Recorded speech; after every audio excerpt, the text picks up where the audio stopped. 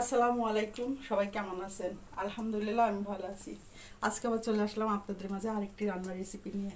আজকে আমি রান্না করব চিংড়ি মাছ ভুনা। তো চিংড়ি মাছ ভুনা করার জন্য এখানে ছোট বড় চিংড়ি মাছ নিয়ে নিয়েছি, আর পেঁয়াজ মরিচ কুচি করেও নিয়েছি, ওদিকে মশলাটাও করে নিয়েছি।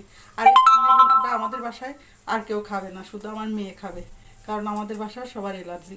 হয়তো অনেকে মন্তব্য করতে পারেন এটুকু চিংড়ি মাছ একজন খাবে, একজনের জন্য এটাই অনেক বেশি।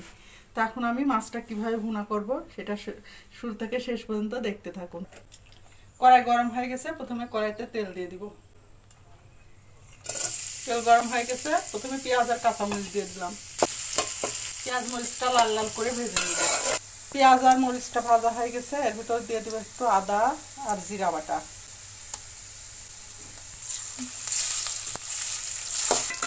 রসুন বাটা। মশলাটা হালকা কষানো হয়ে গেছে, এখন আমি একে একে গুঁড়া মশলাগুলো দিয়ে দিব। মরিচের গুঁড়া, ধনিয়ার গুঁড়া, সামান্য একটু হলুদের গুঁড়া, স্বাদ মতো লবণ।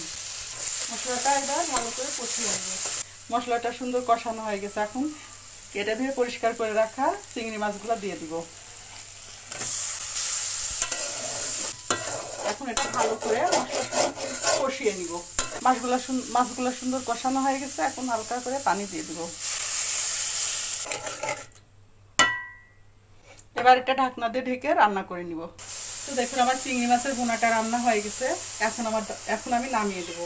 কত সুন্দর কালার হয়েছে, খেতেও মাশাআল্লাহ অনেকটা সুস্বাদু হয়েছে। তো দেখুন আমার চিংড়ি মাছের ভুনাটা রান্না হয়ে গেল। আপনারা ভালো লাগলে এই রেসিপিতে এভাবে একদিন বাসায় রান্না করে খেয়ে দেখবেন, খেতে মাশাআল্লাহ অনেকটা সুস্বাদু হবে। ভিডিওটি ভালো লাগলে লাইক কমেন্ট শেয়ার দিয়ে পাশে থাকবেন, আর আমার ইউটিউব চ্যানেলটা সাবস্ক্রাইব করে দিবেন। আজকে এ পর্যন্ত, আবার আগামীতে আবার কোনো নতুন ভিডিও নিয়ে আপনাদের মাঝে উপস্থিত হব।